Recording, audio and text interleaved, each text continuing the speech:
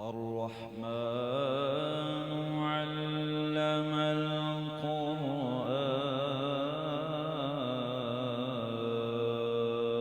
القرآن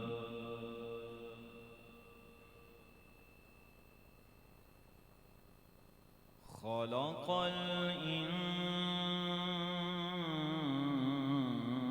الإنسان علمه البيان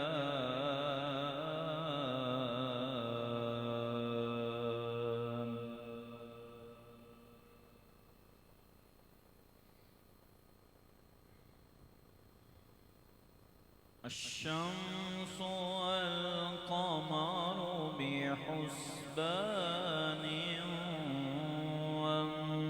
والنجم والشجر يسجدان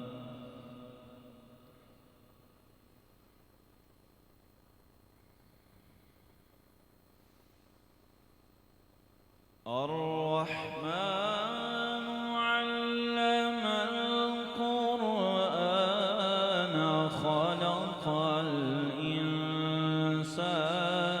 علمه البيان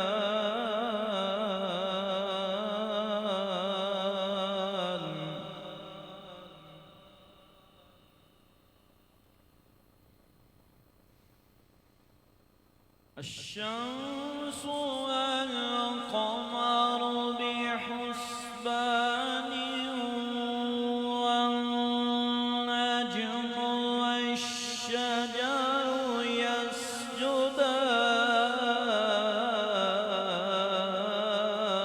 يسجدان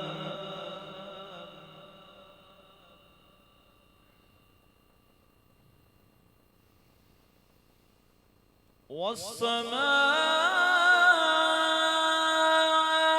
رفعها ووضع الميزان ألا تطغوا في الميزان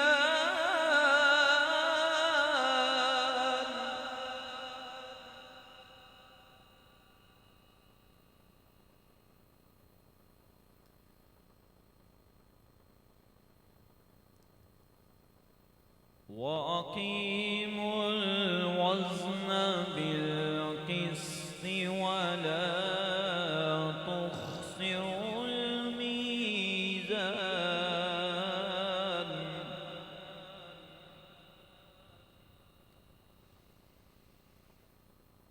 والأرض وضعها للأنام فيها فاكهة والنخل ذات الأكمام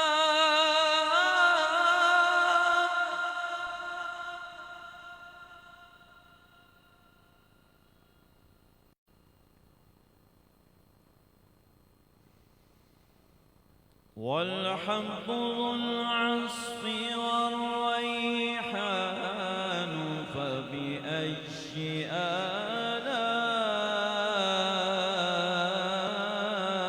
آلاء ربكما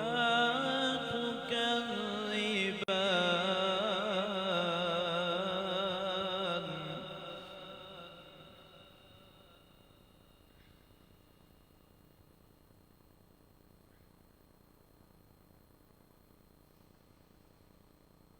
والحب ذو العصف والريحان فبأي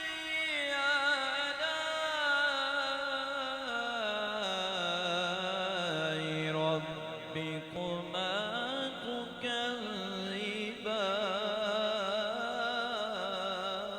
تكذبان فبأي آلاء ربكما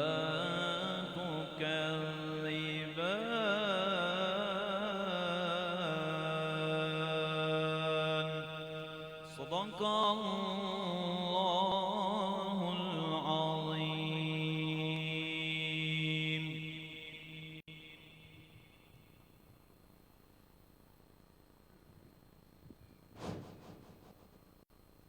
شاہ لسانی اسلامک یونیورسٹی کے معلم مدرس جناب محمد اعظم جماعتی صاحب سے گزارش کر رہا ہوں کہ وہ نعت رسول مقبول صلی اللہ علیہ وسلم کے لیے تشریف لائیں۔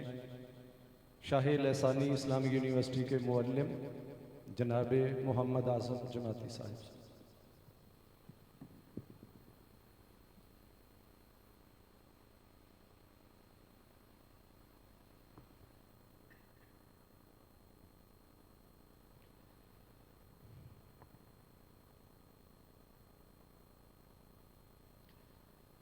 صلی اللہ علیہ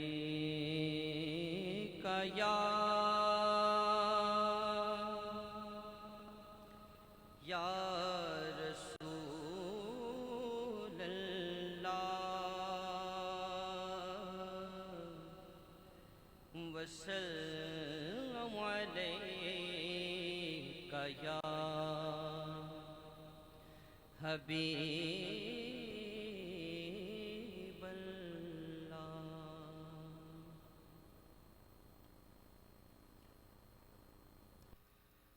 آج محمد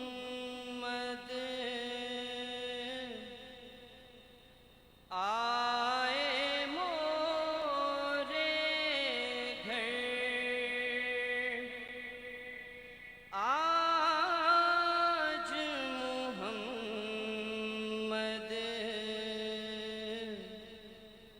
آئے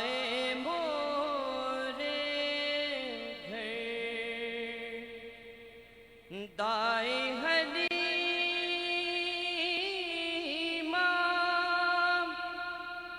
کہتی تھی گھر گھر، دائے حلیمہ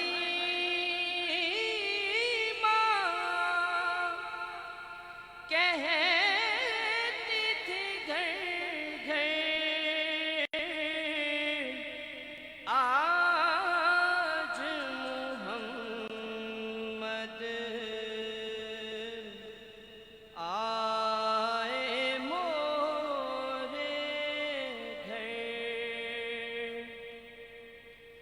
صبح ازل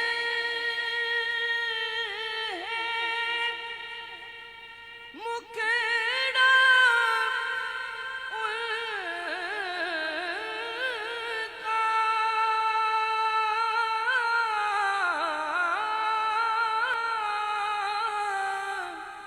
شام ابد ہے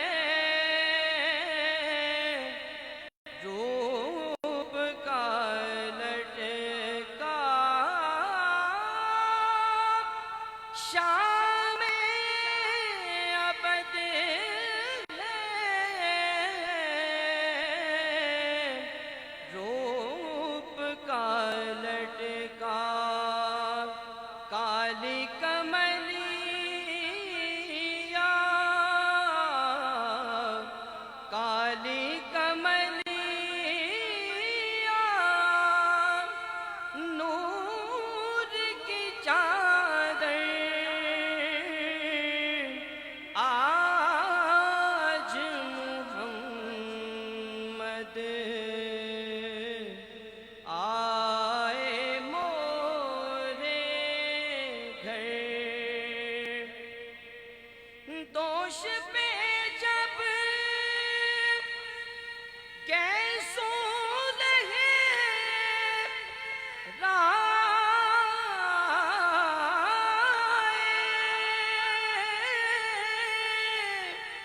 بھینی بھینی خوشبو آئے، بھینی بھینی خوشبو آئے، جگمگ جگمگ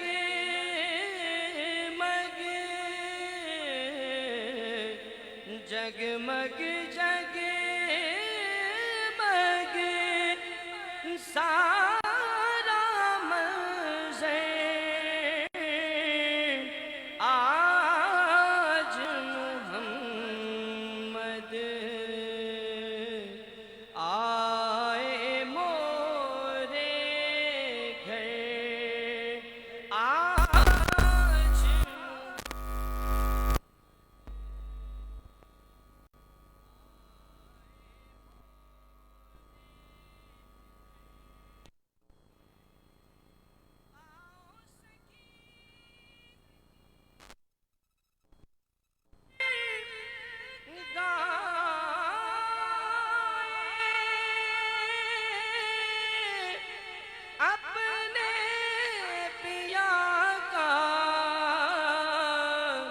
جشن منائے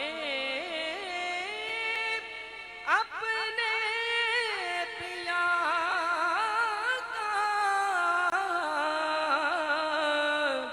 جشن منائے صلی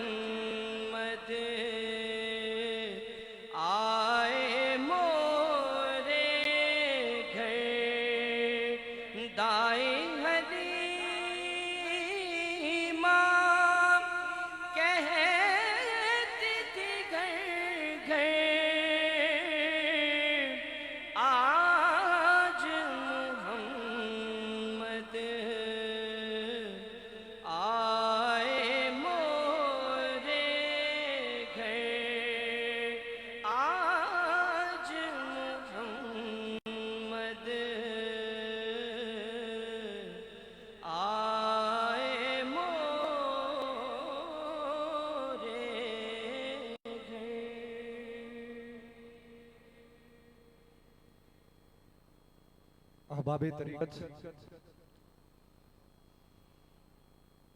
عرس مقدس کی یہ مرکزی نشست ملک بھر سے مقتدر علماء کرام کے خطابات اور پھر ملک بھر سے تشریف لائے ہوئے معزز ثناخان رسول کی حاضری بھی مقصود وقت کی قلت کے پیش نظر دعوت دے رہا ہوں تشریف لائیں گے نعت رسول مقبول صلی اللہ علیہ وسلم کے لیے جمیل اختر نقشبندی صاحب نعت رسول مقبول صلی اللہ علیہ وسلم کے لیے تشریف لائیں گے جناب ثناخان رسول جمیل اختر نقشبندی صاحب درود پاک پڑھیں صلی اللہ علیہ یا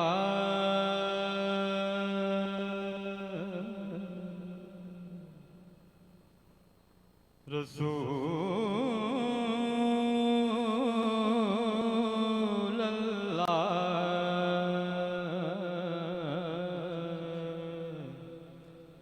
وسلم علیک یا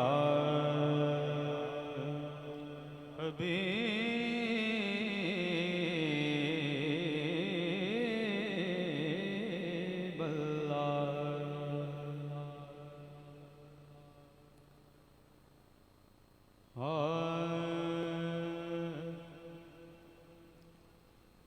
گر اشارہ تیرا بتہا کے مکیں ہو جائے گر اشارہ تیرا بتہا کے مکیں ہو جائے مجھ کو بخشش کا گمان کیا ہے یقین ہو جائے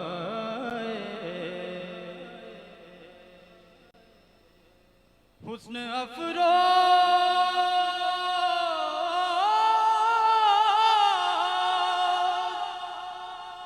وہ نظریں تیری اللہ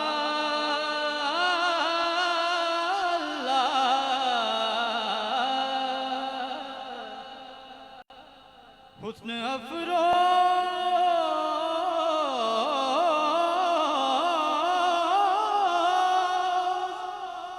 وہ نظریں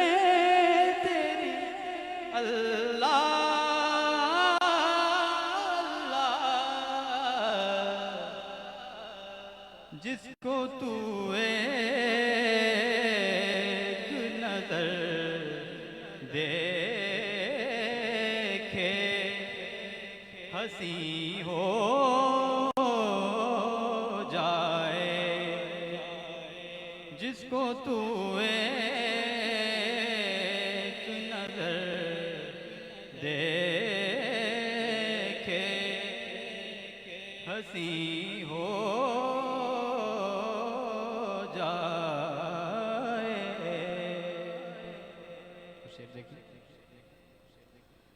جس کی نظروں میں سما جائے سواد طیبہ،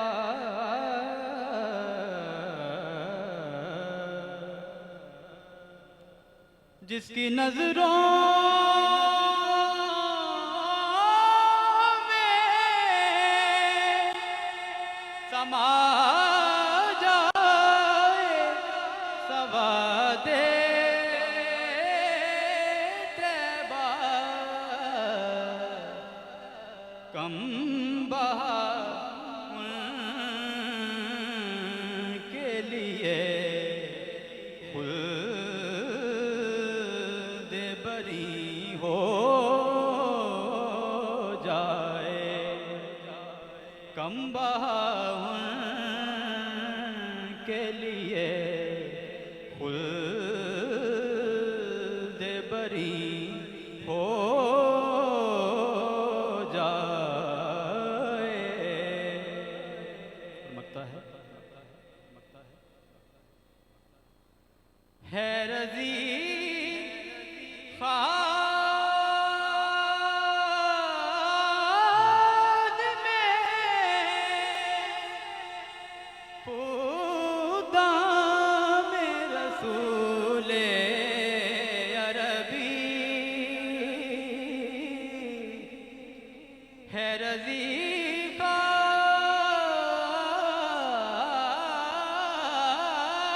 میں خدا میں رسول عربی،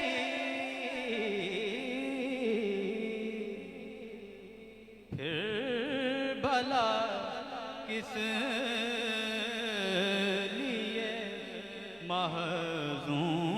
محزون و غمی ہو جائے، پھر بھلا کس لیے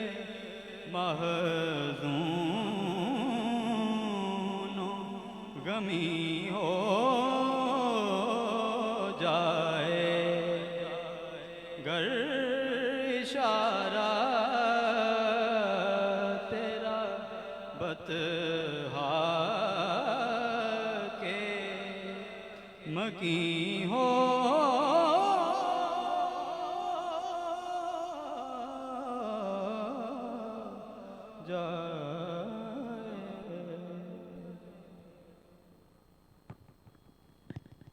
نعت کے لیے، ہدیہ نعت کے لیے ملتمس اور ملتجی ہوں مرشد گرامی کے بڑے درینہ منوزور نظر مرید صادق جناب صوفی محمد نذیر نقشبندی صاحب تشریف لائیں گے۔ محترم جناب صوفی محمد نذیر نقشبندی صاحب۔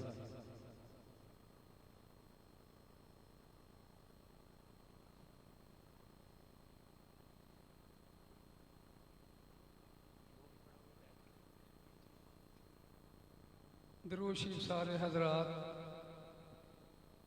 الصلاۃ والسلام علیکہ یا رسول اللہ وعلی آلکہ واصحابکہ وازواجکہ یا حبیب اللہ۔ سارے حضرات روشی پڑھو پڑھو پڑھو، ماشاءاللہ پڑھو۔ الصلاۃ والسلام علیکہ یا رسول اللہ وعلی آلک وصحابک وازواجک یا حبیب اللہ.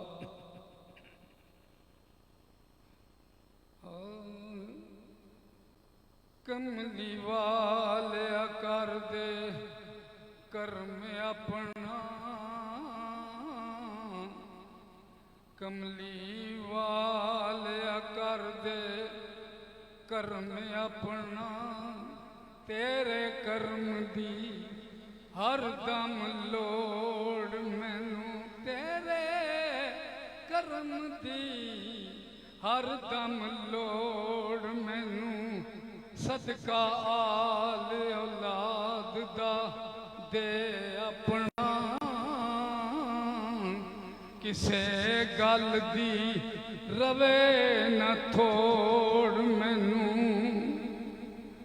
کسے گل دی روے نہ تھوڑ مینوں، ذکر تیرا ہی ہر دم ورد اپنا، نہیں کوئی اور وظیفیاں دی لوڑ مینوں، دن حشر تے کج لئی سب پردے، تیرے ورگا نہ دسے کوئی اور مینوں، میرا قبلہ تو، میرا کعبہ تو، میرا دین بھی تو، ایمان بھی تو، تے میرا مطلب تے مطلوب بھی تو، میرا دل بر تے جانان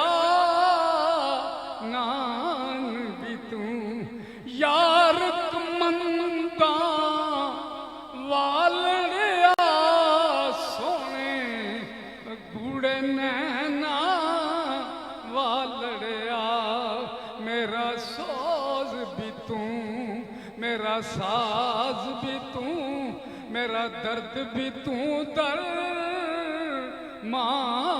بھی تو، لنگ کئی مہینے برس گئے، او سونیا لنگ کئی مہینے برس گئے، تیری دید نو دیدے ترس گئے، لنگ کئی مہینے برس گئے، تیری دید نو دیدے ترس گئے، ہن ٹوٹیاں دلاں وال پھیرا پا، ہن تے ٹوٹیاں دلاں وال پھیرا پا، میرا چین تے اطمینان بھی تو، تیرے ہجر نے مار مکایا ہے، تیرے ہجر نے مار مکایا ہے، ہن دم لباں تے آیا ہے، کالی رات ہجر دی کر روشن، کالی رات ہجر دی کر روشن، میرا چن بدرتا بان بھی تو، تیرا سائل اب غفور ہے، تیرا سائل اب غفور ہے، بے کس عاجز مجبور ہے، پا خیر کرم دا سائیاں وے، پا خیر کرم دا سائیاں وے، میرا صحیح حاتم زی شان بھی تو، میرا قبلہ تو، میرا کعبہ تو، میرا دین بھی تو، ایمان بھی تو، میرا مطلب تے مطلوب بھی تو، میرا دل بر تے جا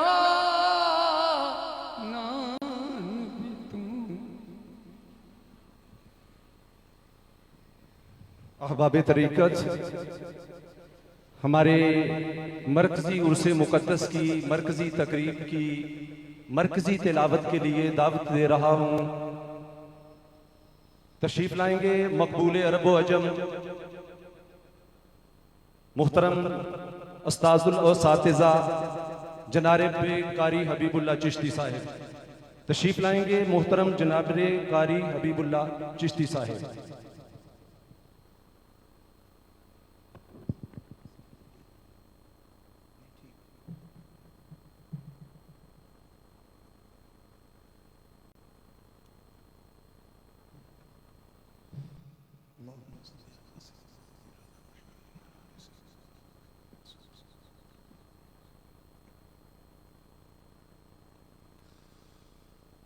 أعوذ بالله من الشيطان الرجيم.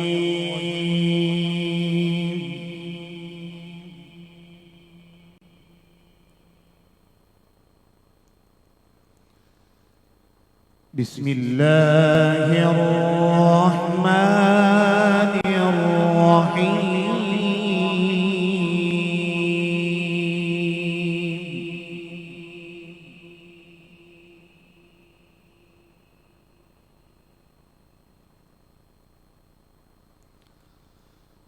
ألا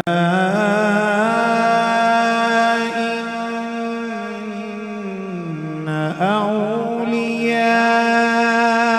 الله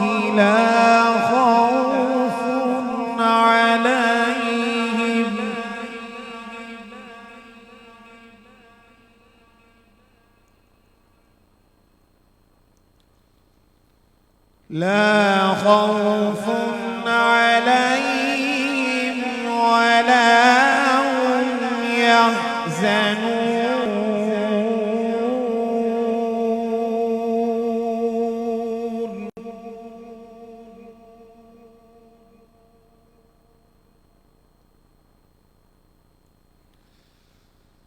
الذين آمنوا وكانوا يتقون.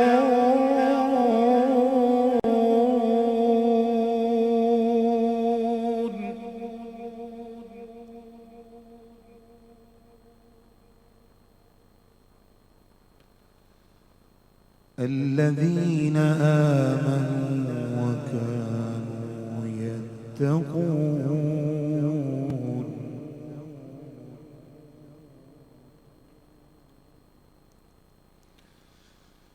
لهم البشرى في الحياة الدنيا وفي الآخرة لا تبديل لكلمات الله.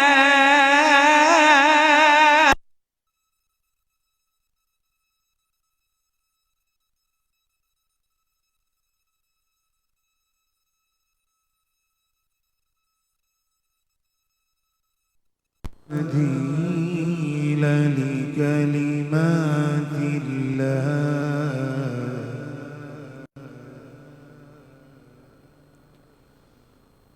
ذلك هو الفوز العظيم.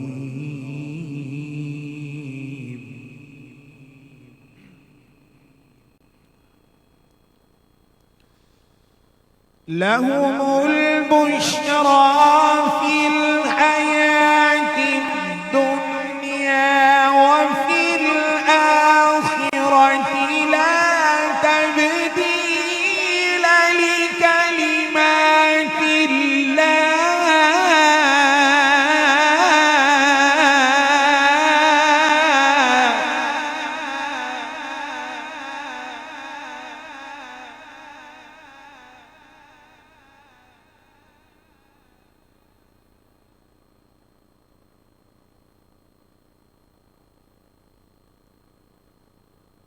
لا تبديل لكلمات الله.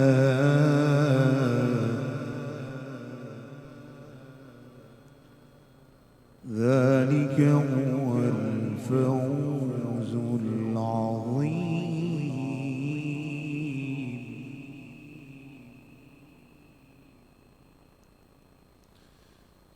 بسم الله الرحمن الرحيم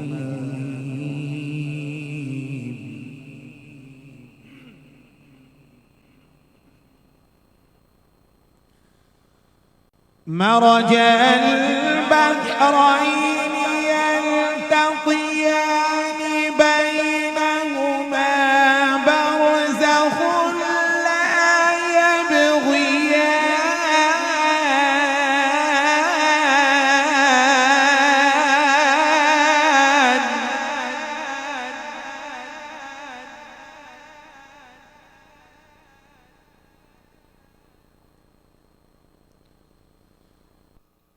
فبأي آلاء ربكما تكذبان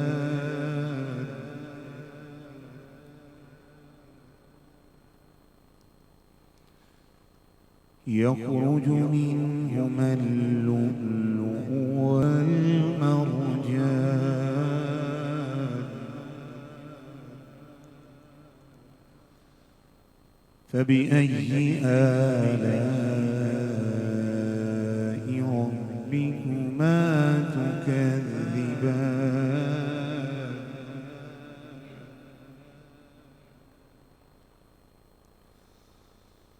مرج البحرين يلتقيان بينهما برزخ لا يبغيان فبأي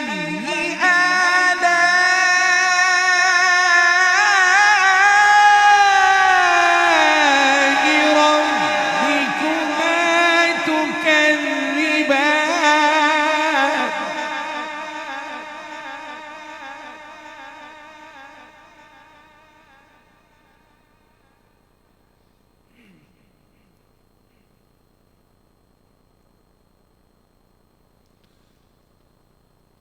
وله الجوار المنشآت في البحر كالأعلام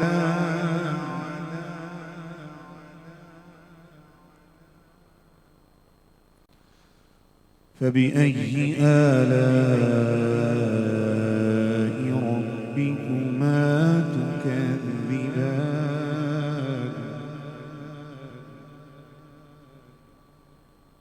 يخرج منهما اللؤلؤ والمرجان فبأي آلاء ربكما تكذبان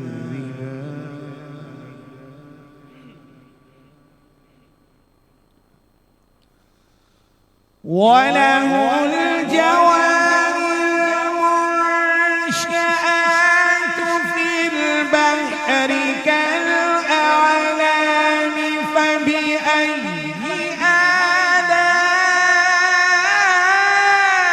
آلاء ربكما تكذبان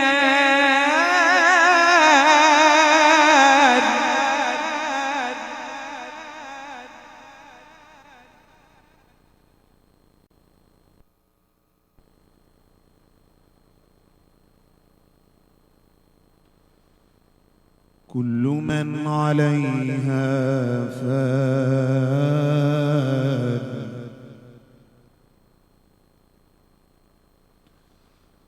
ويبقى وجه ربك ذو الجلال والإكرام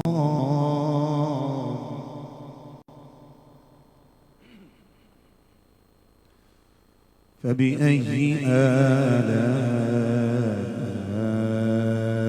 ربكما تكذبان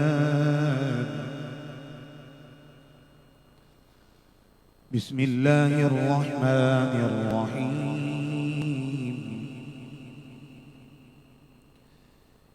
إن الذين آمنوا وعملوا الصالحات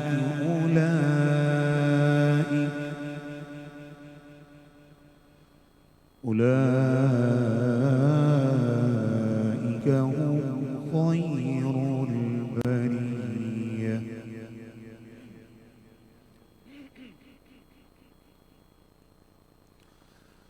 جزاؤهم عند ربهم جنات عدن تجري من تحتها الأنهار خالدين فيها أبدا رضي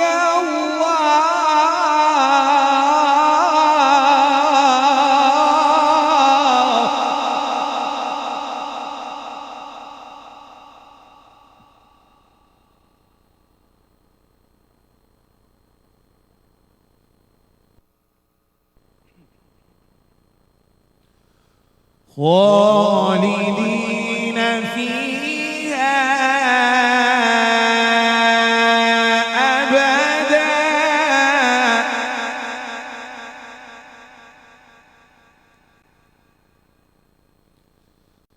رضي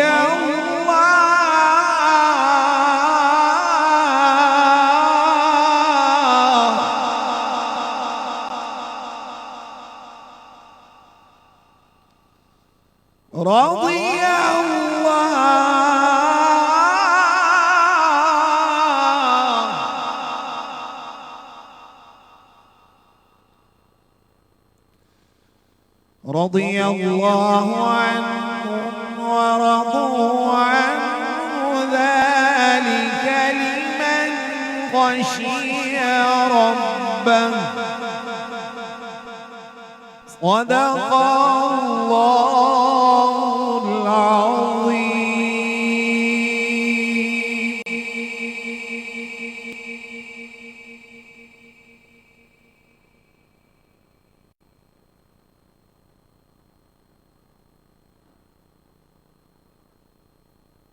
ماشاءاللہ.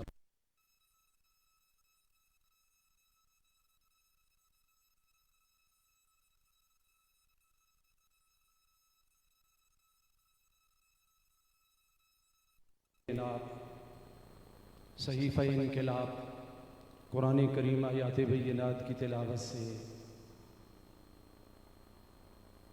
ہمارے قلب و نظر کو بیدار کر رہے تھے. نعت رسول مقبول صلی اللہ علیہ وسلم کے لیے دعوت دے رہا ہوں. تشریف لائیں گے بسعادت و احترام. تشریف لا رہے ہیں محترم جناب ڈاکٹر محمد اصغر نقشبندی صاحب.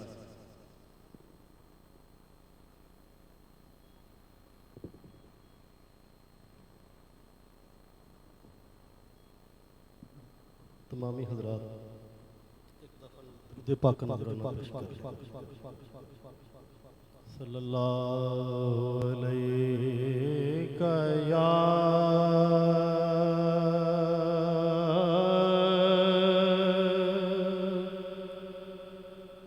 رسول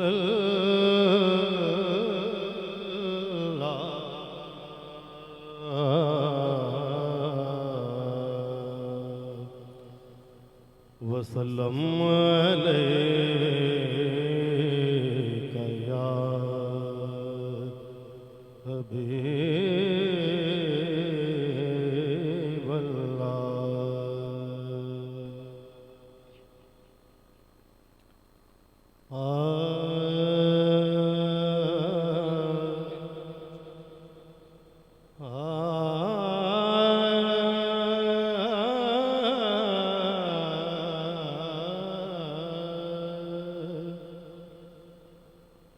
جب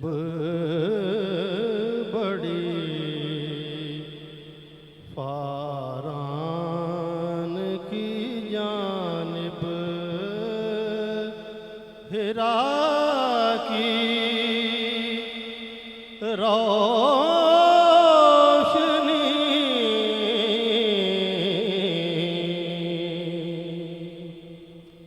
جب بڑی فاران کی جانب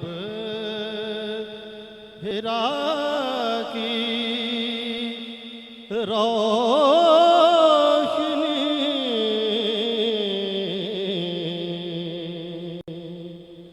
سارے عالم میں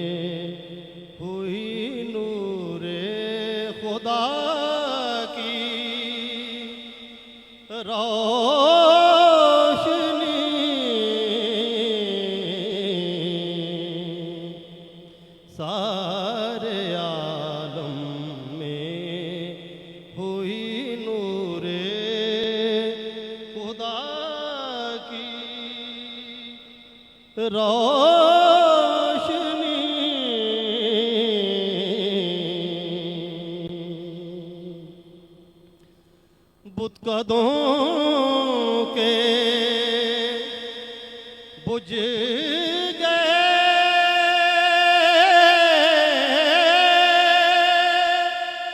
خود ساختہ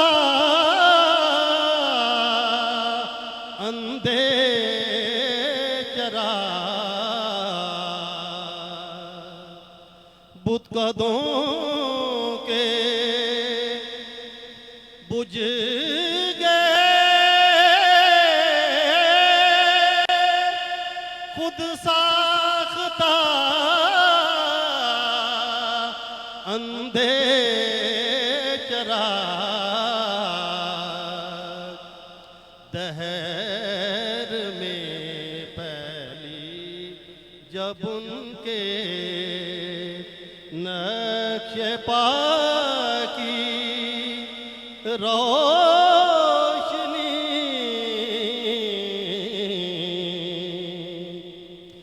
دہر میں پھیلی جب ان کے نقش پا کی روشنی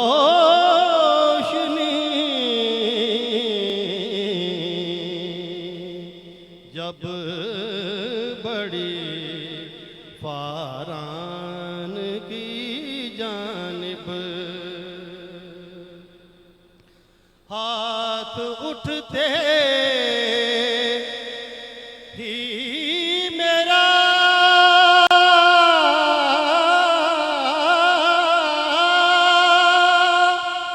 ماحول روشن ہو گیا ہاتھ اٹھتے ہی میرا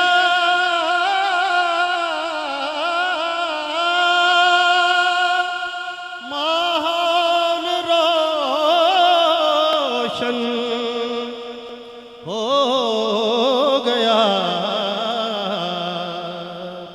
ایسی پھیلی ہر طرف حرف دعا کی روشنی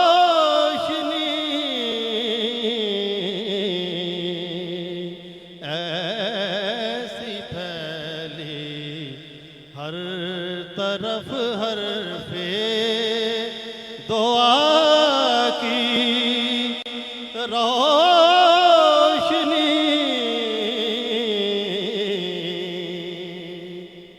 مختار شکل اپنی دیکھ لے ایک بار ارسل غور سے شکل اپنی دیکھ لے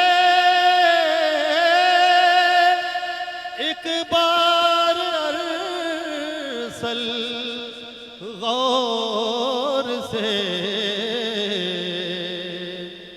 تجھ نکم میں کو ملی ان کی ثنا کی روشنی مجھ نکم میں کو ملی ان کی ثنا کی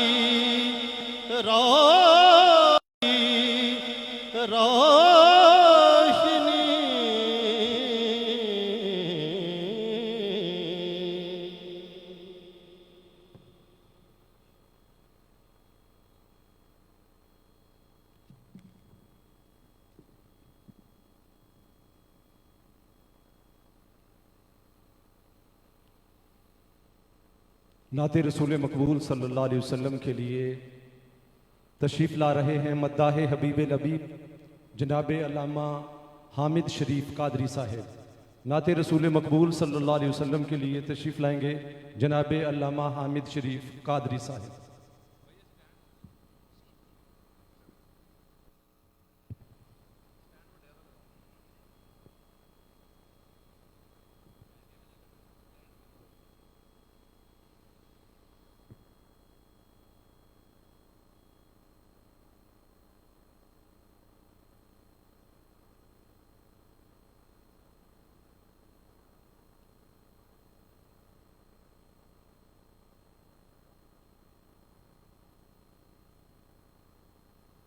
درود پاک پڑھیے بلند آواز سے. صلی اللہ علیہ یا رسول اللہ وسلم علیہ یا حبیب اللہ. برکت کے لیے ایک مرتبہ سارا مجمع درود پاک پڑھ لے ذرا. صلی اللہ علیہ یا رسول اللہ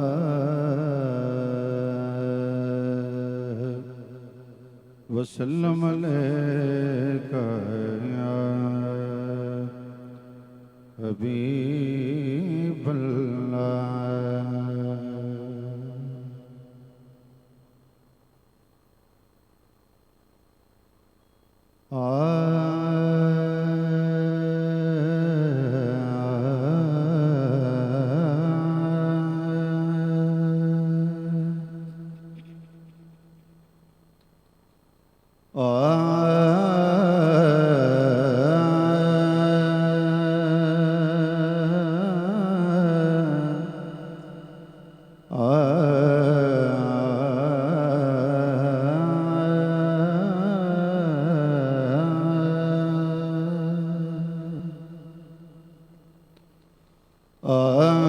مجھ خطا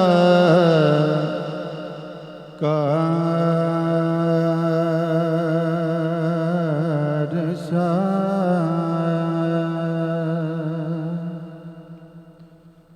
مجھ خطا کار سا انسان مدینے میں رہے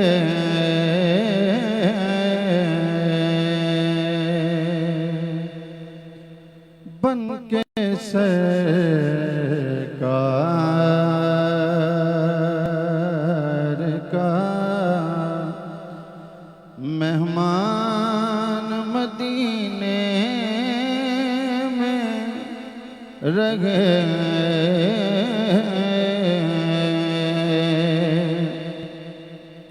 بن کے سرکار کا مہمان مدینے میں رہے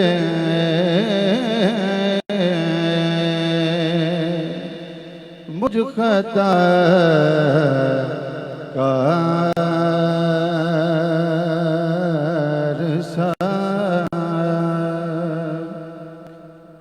یاد آتی ہے مجھے اہل مدینہ کی وبا یاد آتی ہے مجھے اہل مدینہ کی وبا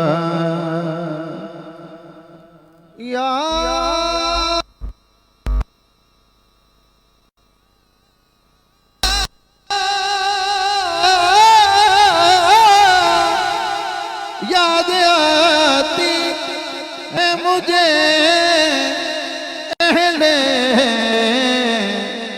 مدینہ کی وبا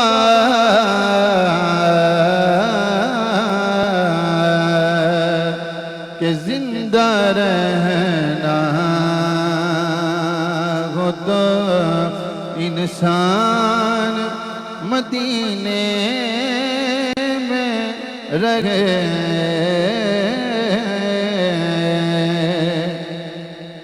زندہ رہنا ہو تو انسان مدینے میں رہے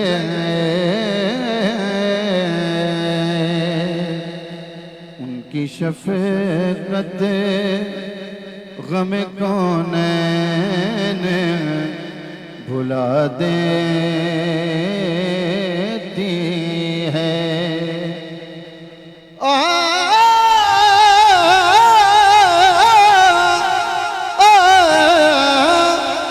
ان کی شفقت غم کونین بھلا دیتی ہے جتنے دن آپ کا مہمان مدینے میں رہے جتنے دن آپ کا مہمان مدینے میں رہے یوں ادا کرتے ہیں عشاق محبت کی نماز یوں ادا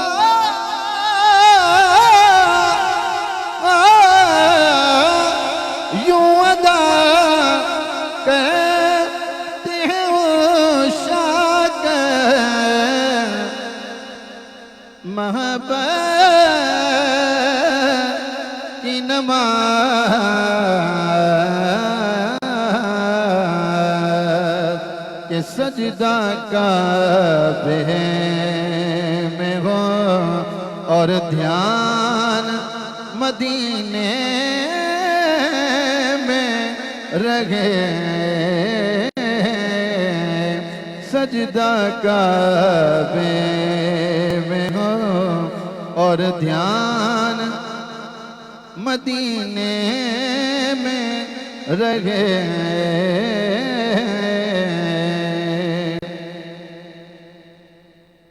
چھوڑ آیا ہوں دل و جان یہ کہہ کر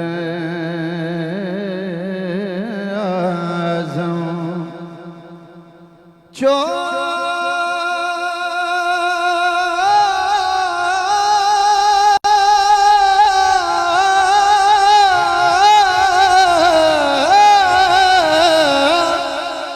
چھوڑ آیا ہوں دل و جان یہ کہہ کے آزم کہ آ رہا ہوں میرا سامان مدینے میں رہے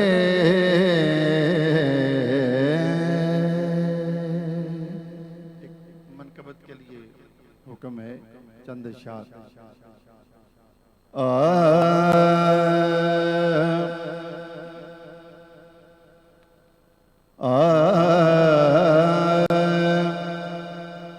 ایک پل بھی راہ یزید پر ایک پل بھی راہ یزید پر جو نہ چل سکے وہ حسین ہے عہد وفا سے کسی طرح عہد وفا سے کسی طرح جو نہ ٹل سکے وہ حسین ہے ایک پل بھی رہے یزید پر قانون کتنے ختم ہوئے دستور کتنے بدل گئے قانون کتنے ختم ہوئے دستور کتنے بدل گئے کسی دور میں جو ہے دوستو کسی دور میں جو ہے دوستو نہ بدل سکے وہ حسین گئے عہد وفا سے کسی طرح اکبر گیا اصغر گیا قاسم گیا غازی گیا اکبر گیا اصغر گیا قاسم گیا غازی گیا جو یہ سب لٹا کے بھی ہے قدم پہ سنبھل سکے وہ حسین گئے جو یہ سب لٹا کے بھی ہے قدم پہ سنبھل سکے وہ حسین گئے عہد وفا سے کسی طرح اور کئی شمس حاکم طلوع ہوئے چمکے ذرا پھر ڈھل گئے کئی شمس حاکم طلوع ہوئے چمکے ذرا پھر ڈھل گئے ہو طلوع مگر ساری عمر ہو طلوع مگر ساری عمر جو نہ ڈھل سکے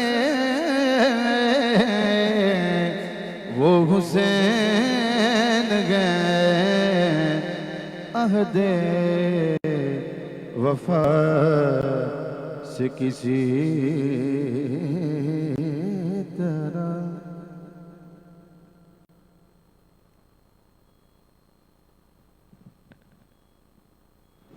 احباب طریقت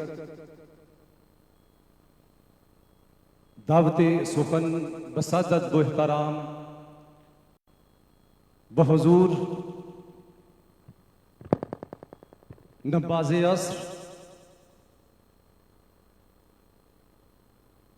حضرت العلام جناب علامہ مفتی سہیل احمد سہیلوی صاحب ڈائریکٹر تفہیم الاسلام فاؤنڈیشن پاکستان جناب علامہ مفتی سہیل احمد سہیلوی صاحب